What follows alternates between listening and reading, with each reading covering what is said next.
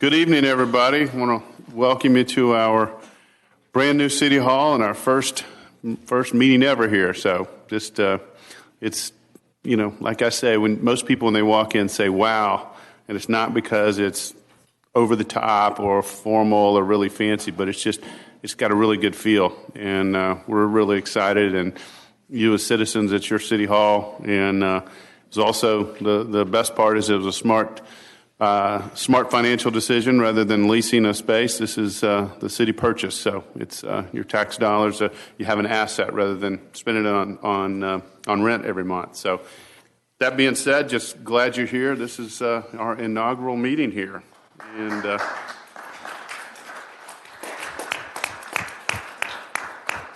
if you guys will bear with us a little bit, we may have, we're trying to figure. It's like my wife just got a new car after 18 years, and we can't figure out all the buttons, so we're working through a lot of the stuff. So just bear with us.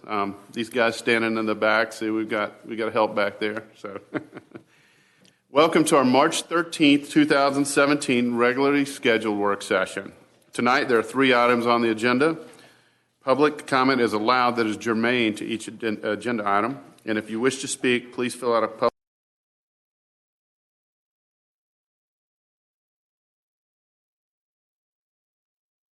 and no more than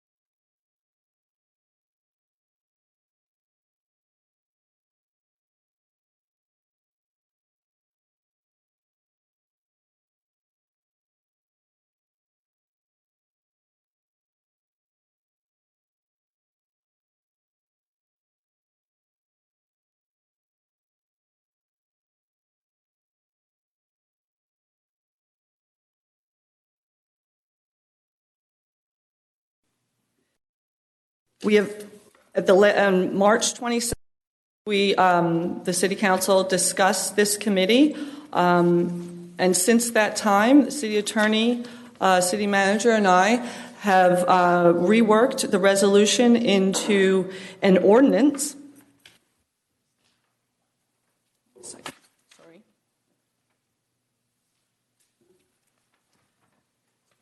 We have reworked it into an ordinance so as to fully comply with Section 4.11 of the Milton Charter. And with that, if you turn to page 2, I just wanted to go over some of the major changes since our March 22nd meeting that mainly deal with the membership setup of the committee.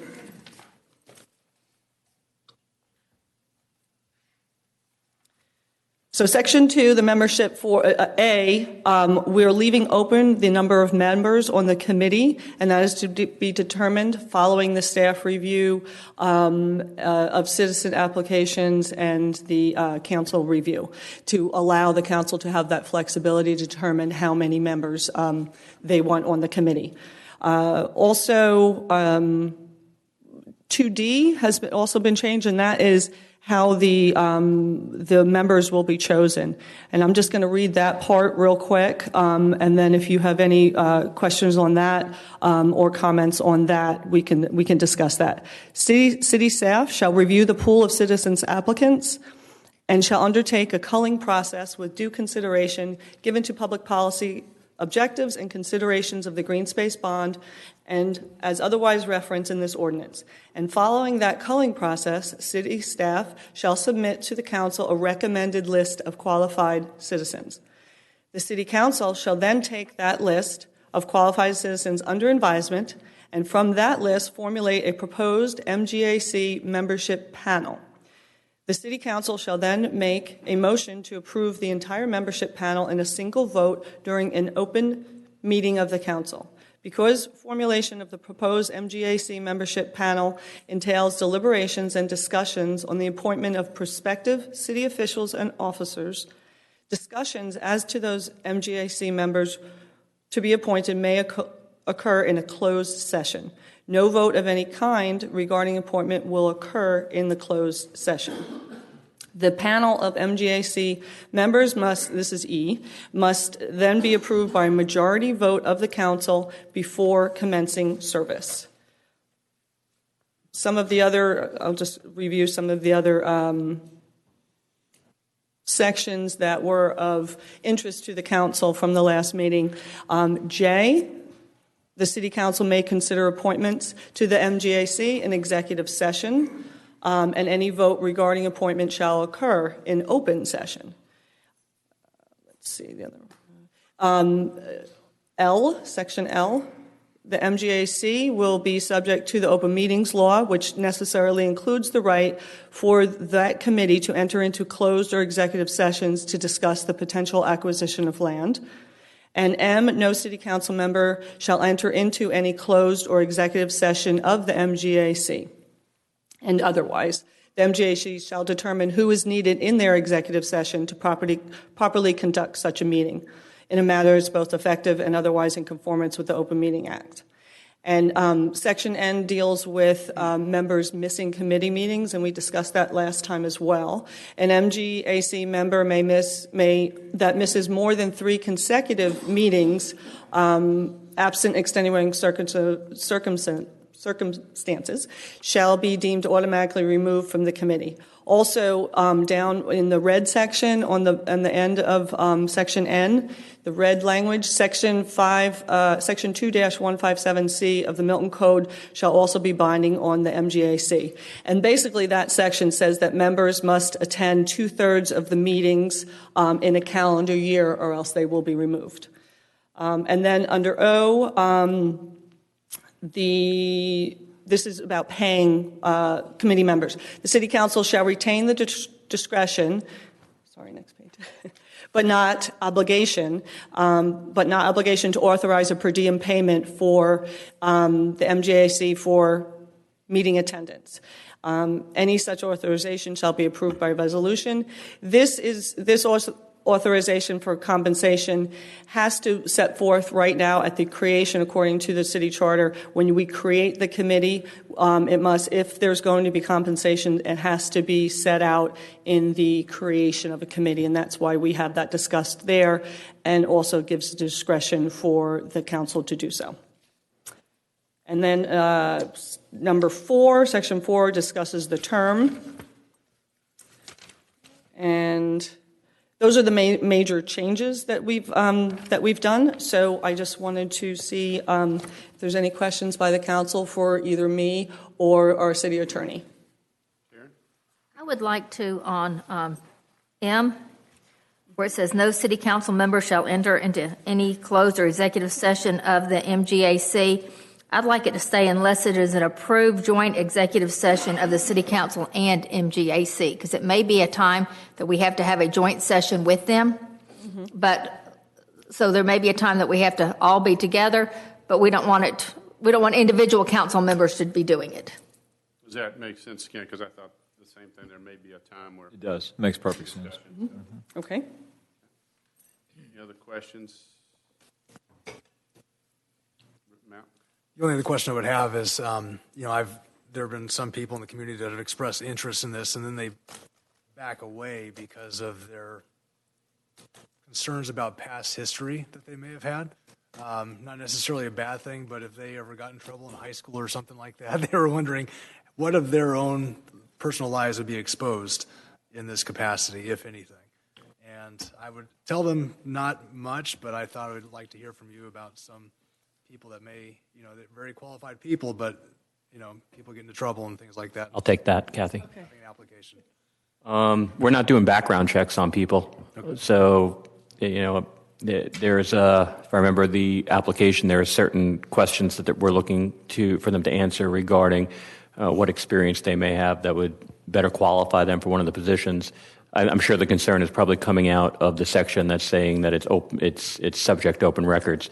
But whatever we don't capture on that application won't be discovered through us.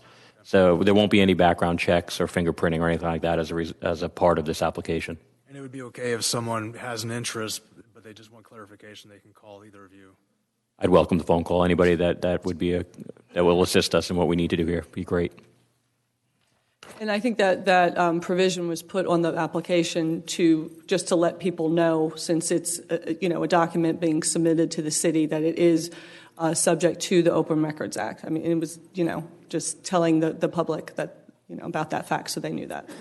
We have a lot of very honest people in Milton, and sometimes they throw everything in there, and so that was the concern that they had. Mm-hmm.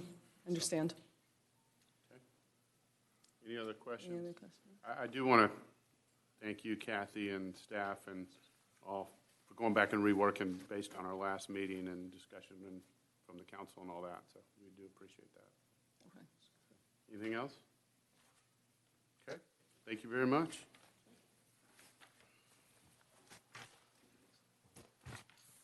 Okay. Steve, is there any public comment on the next agenda item? There are two, Mr. Mayor. Okay. Please call the first speaker. Our first speaker is Ms. Stephanie Butler.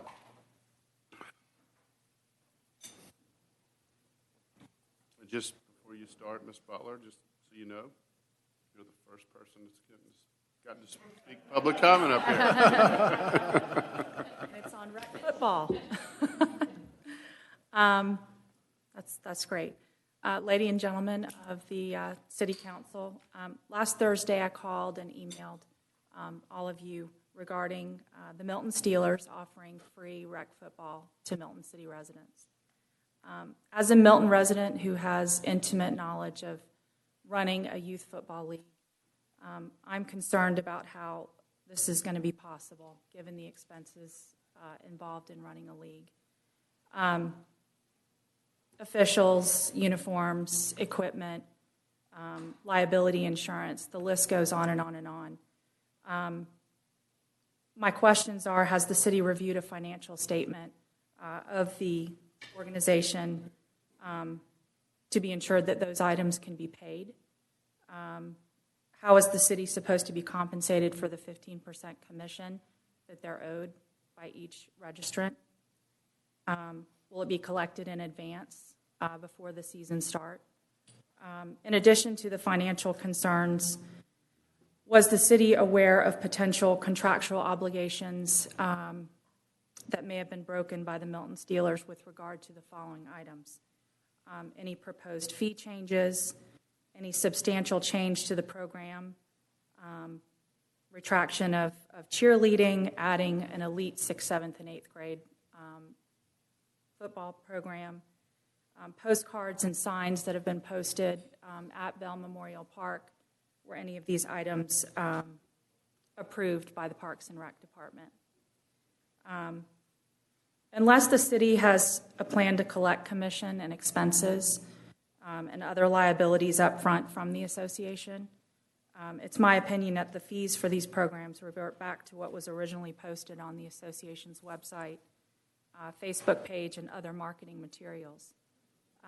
I certainly would hate for the taxpayers of Milton to be stuck with these expenses at the end of the season. Also in my email last week was a communication between Craig Bennett, he is the head football coach at Cambridge High School, and the Milton Steelers organization. The Milton Steelers are now competing with the two local high school feeder programs in our community. And for those of you who are not familiar with the term feeder, it simply refers to 6th, 7th, and 8th grade football. Feeder programs are approved by the Fulton County Board of Education as a way to provide middle schoolers with the option to play football and cheer in conjunction with the high schools in which they're districted.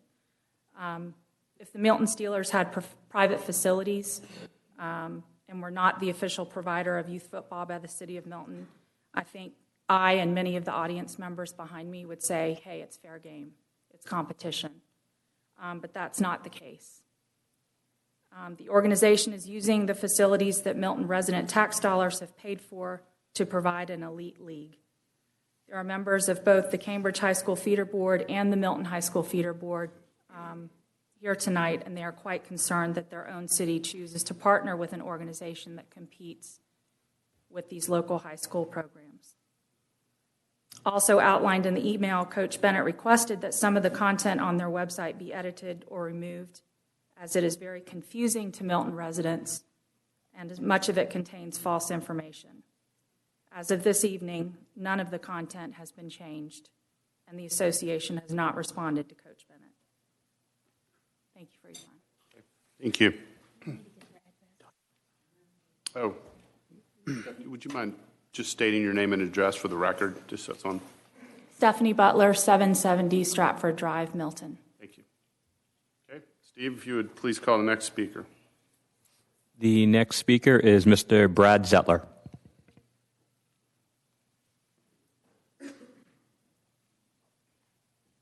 Good evening. Thank you. I don't have anything to add from what Stephanie just presented to you guys, and I want to thank Stephanie for the research and information. I run the Milton High School Feeder Program for 6th, 7th, and 8th as a volunteer. I'm also a City of Milton resident, and really just have the similar concerns from a financial standpoint. I have a budget that I manage that feeds out or helps manage our entire program. So I know the expenses that we have with the feeder program. We are tightly aligned with the high school program, very similar setup to what Cambridge has, high school and Cambridge feeder has, and look forward to getting some of the answers that Stephanie's posed the questions to, so we can get answers not only as a football organization, but also just as a City of Milton resident.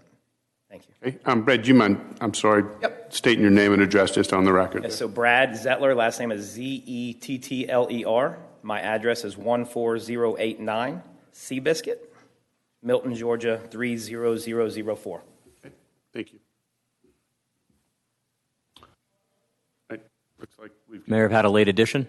I'm okay. Is the council okay with another public comment on this item? The third speaker this evening is Mr. Tim Lester.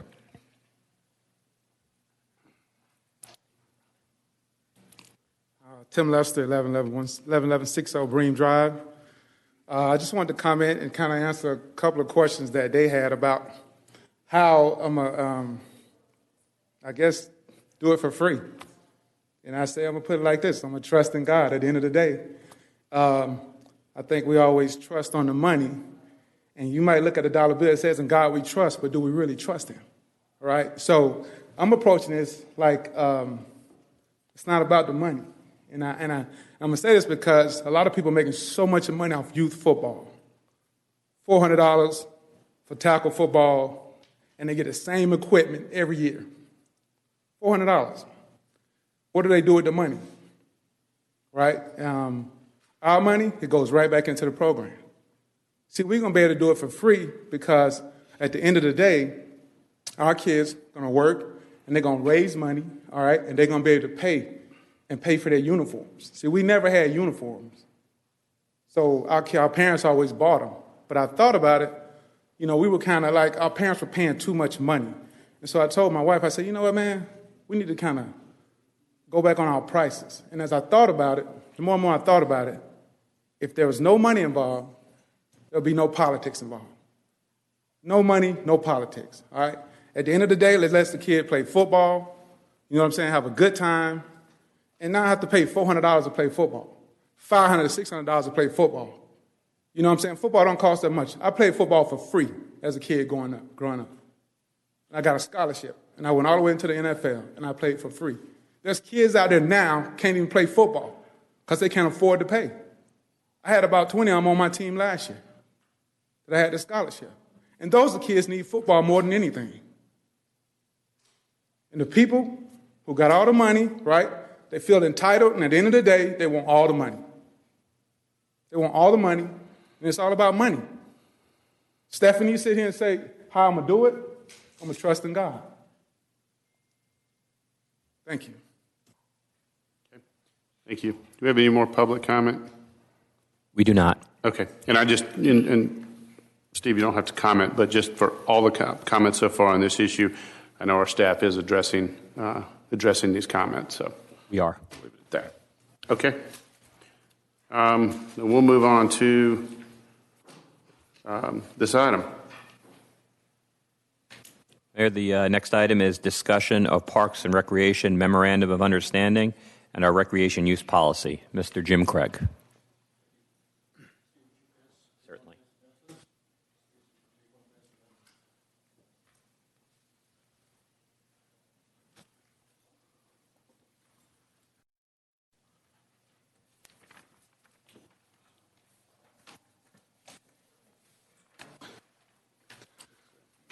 Good evening, Mr. Mayor and Council. In January, there was a discussion involving the field use policy and how it potentially was affected by the MOU and vice versa. And you asked us to take this back to the Parks and Recreation Advisory Board. The purpose of this presentation is to give you the summation of the culmination of that work. In the interest of being succinct, I'm happy to say there's only 2 slides here. One is the cover. The summation of the result of the Parks and Rec Advisory Board is that the current field rental policy that permits a competing program to rent field space, which is limited to 3 times in a calendar year, twice in a calendar quarter, they recommended no change to that policy at this time. Discussion on fee changes with regards to rentals was deferred as there's an ongoing project that's happening with city staff right now that we have additional facilities to rent here. And so they said, let's hold off because that's a more comprehensive overview, not just of parks and recreation facilities, but of city assets overall. So that was deferred. With regard to the MOU, there was a consensus, unanimous, that the MOU is serving citizens of Milton. However, they recommended an elimination from being included in the MOU for programs that are directly duplicated between the city of Alpharetta and the city of Milton. And those 4 programs are baseball, basketball, football, and boys lacrosse. Girls lacrosse is not offered in the city of Alpharetta. There was also a recommendation to consider that as the young people are starting to move up in their age group, they do want to start to play within their own high school district. And approximately, working with our GIS department, we have identified that approximately 16% of the population of the city of Milton are districted for Alpharetta High School. And so there was a recommendation to carve out those individual participants who are Milton residents participating in Alpharetta programming for the purposes of their high school district.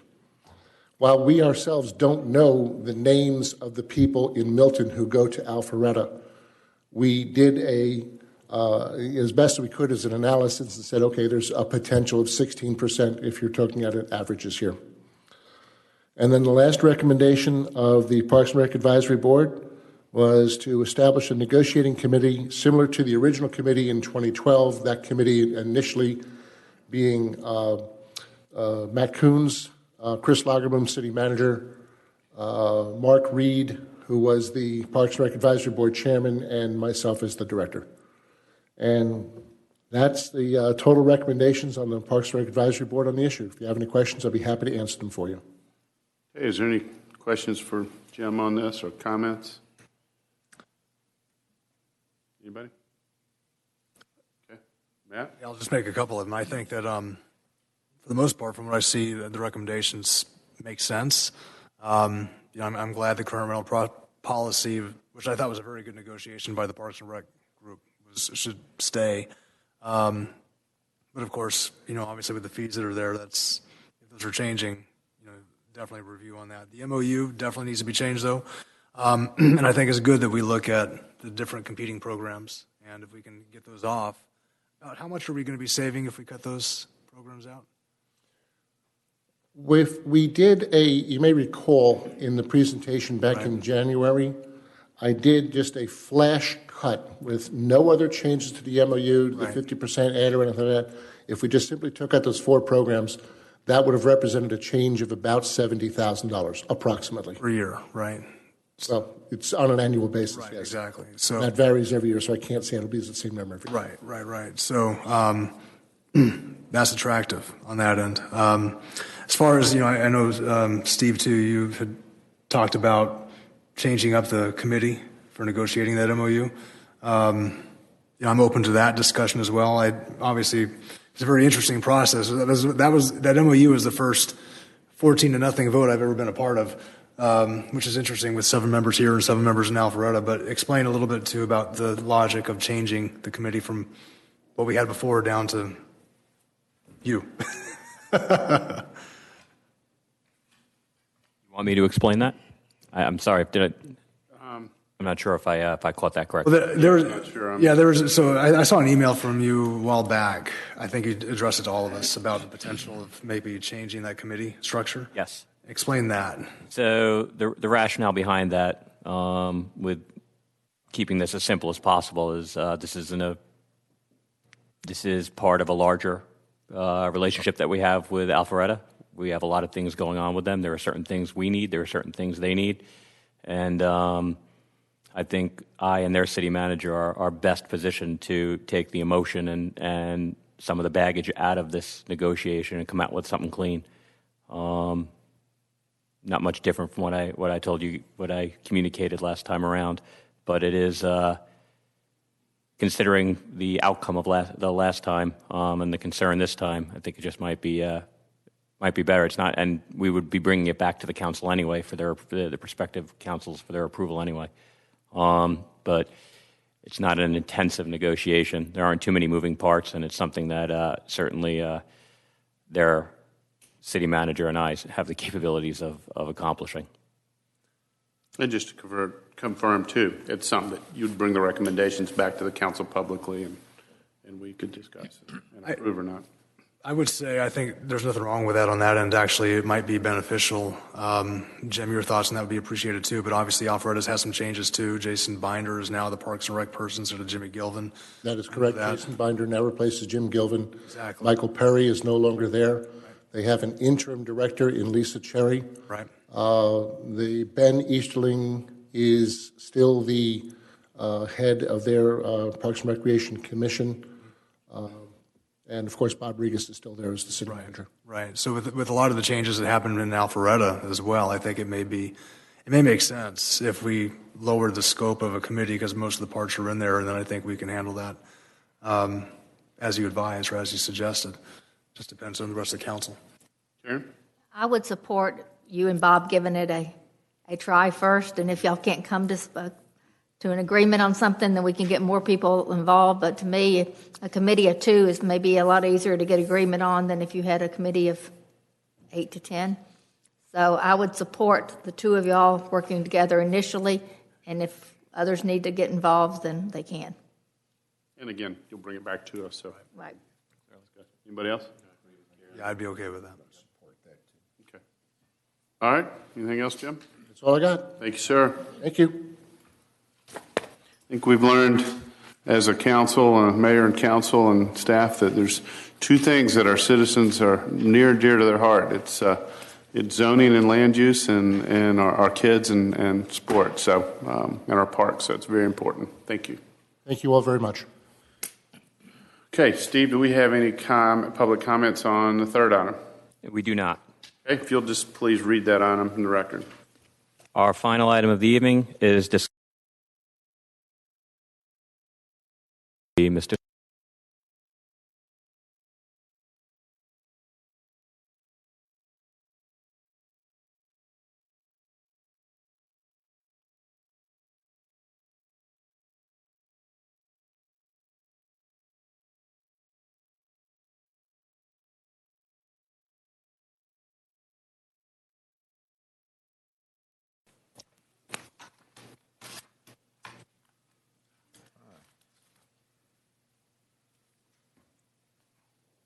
And they tell me that will go away. I wish I only had 2 slides like Jim, so I'll make up for his slides by having more. And it's not on the screens. That's good. I have an error message on the middle of the screen down here. So, Hold on one second. We've got help coming. oh, it'll go away. Thanks. So we wanted to cover the compensation and some benefit changes that we're looking at for the city. And we'll go over tonight the compensation study that we did, the survey, and we'll look at what our 2017 total compensation plan looks like going forward. In 2016, the city conducted a salary survey. We included 15 cities and 5 counties. And what we found was that our public safety was lagging behind market. Fire was about 4.2% behind, and the police was 8.1%. Here's sort of an overview of who we covered. The general 5-county area, Fulton, Cobb, Cherokee, Forsyth, Gwinnett. And then we hit the cities, sort of the usual suspects there, Alpharetta, Johns Creek, Dunwoody, Brookhaven, Duluth, Roswell, Marietta, Sandy Springs, and a couple others. So what we really tried to pull from was who's out in the marketplace competing for the same group of employees that we're competing for. Here's what our findings were to sort of back up. What you see is that fire was 4.2% behind. What you have is average pay and market located on each chart. And the police is on the right and shows where they're behind at each rank.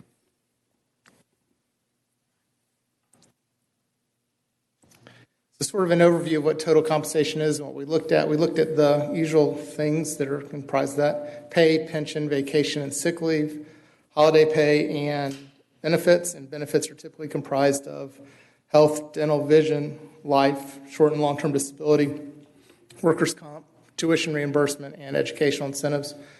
We really focused on, as we were looking at our benefits, to try to deal with workers' compensation and educational incentives, to sort of tie those in. We didn't touch the others. That's done as part of the budget process in October. Why are we changing now? To help us with the recruitment and retention of staff, to bring our employees' pay in line with market, to reward employees who strive to improve their skills, and to increase ability to provide services to our citizens. So what do we look like going forward in 2017? We're going to implement a grade and step system to recognize market rates, service, and training. And a new pay table will be set at market rates as we do a survey every 2 years for the city. Here's what the pay table will look like in fire. We'll have a probationary step, so entry-level firefighter will start at about $40,700 a year. If they have their paramedic certification, they'll start at $45,400 per year, $500 per year. And after that, once you're in step 1, there's a $5,000 separation between each band, whether you're a firefighter or a paramedic. So we wanted to pay for that service that they have and the extra education and the job they do for the city. Similarly, here's the police table. The entry-level pay for police officers will be $41,500, roughly. And we built in bands in that for police officer 1, police officer 2, senior police officer, and master police officer. And those are based off of education, training that they receive, as well as experience with us or with other providers. The advantages of this new pay system: it eliminates compression with new hires. It increases starting pay to enhance our ability to recruit new employees. It provides predictability of pay. Police and fire like to have that predictability. They like to see the steps. It'll improve internal equity. We won't have compression going forward after this is set up. It enables us to set a market rate at or above, our rates at or above market. We're also going to go, as we look through this, after we got through pay, we looked at vacation and sick leave. We wanted to develop a system that would be fair across the board, no matter what area you work in, fire, police, or admin. And we based it off of the amount of time that people get off. So regardless of where you work, if you've been here from 5 to 9 years, you're going to get 9.6% of your time off. And it just varies in the hours based on your schedule, and all those tie together. Similarly, 10 to 14 years, you get 12.2. Holiday pay, we wanted to simplify this. We're going to pay a flat rate for holiday pay at each, depending on where you are, 10.6 hours in fire, 8.4 in police, and that would include their birthday holiday. The one other change that you'll see as we change the rules going forward in our next agenda item, one of our holidays is recognized as a city manager holiday, which can vary year to year. We always take it on Christmas Eve. So when we change the rules, we're just going to go ahead and change it to Christmas Eve being a holiday and not vary it. Proposed pension, this will allow us to reward service time so no one actually loses time. Some of the fire and police were actually, their accrual totals went down. So we're going to allow that plus anything accrued over their limit to count as service credit going forward up to 1 year. So if you build up 2,700 hours in the fire department, if you've been here 10 years, you build up 2,700 hours, you get an extra year of service credit. So we'll calculate your pension off of 25 years instead of 24 when you actually retire. We also are going to reduce the actual reduction from 3% to 2% per year for those who retire before the age of 65. Right now it's set at 3. If you go out at 55, it's a 30% reduction. Going forward, if you go out at 55, it would be a 20%, and so on up the age ladder. Finally, we're going to do PTO buyback. We'll allow employees to sell back anywhere from 1 to 48 hours. I jokingly told people, please don't sell back 1 hour. If it's be on a sliding scale, if you sell back 48 hours, you'll get credit for 36. And we'll pay those checks the first non-payday Friday of December. Any questions I can answer for y'all? Karen? Has this been presented to police and fire? It has. And how was it received? It has. So there were changes to admin as well. So it was presented to police, fire, and admin. By and large, we're getting a very positive response. This system is very different from the one that we've had in the past. It is designed to reward those that come to work and want to be here and continue to progress through their career. So we did have some pushback from those that didn't necessarily want to be here all the time and progress in their career. By and large, we've had a very positive response. Bill? Sam, just a process question. Okay. Whenever you're bringing either firemen or policemen in from another jurisdiction at a higher than entry level rate, how are you confirming experience to equate with the experience that we establish for the different pay grades? We do background checks. For the most part, everyone will be hired in. If we go back, we're hiring a police officer from another jurisdiction, for example. Everyone will be hired in at that probationary rate. There's going to be times, and they're going to be few and far between, where there's a superstar leaving some other city and wants to come to work in Milton. The police chief, according to our rules and regulations, has the ability to hire up to midpoint of the salary range. So he can bring somebody in based on their experience. All that is state certified, that it's easy to look up, that are able to confirm it. We verify dates of employment. We talk to supervisors as part of the hiring process. So it's a pretty thorough check before we bring somebody in the middle. Good process. Okay. Anybody else? Okay. Thank you. Thank you, Sam. Again, is there anything from staff or council? Just want to appreciate everybody being here. It's exciting. We want to thank everybody for their hard work getting this moved in and turned on tonight. And I'll adjourn the meeting now.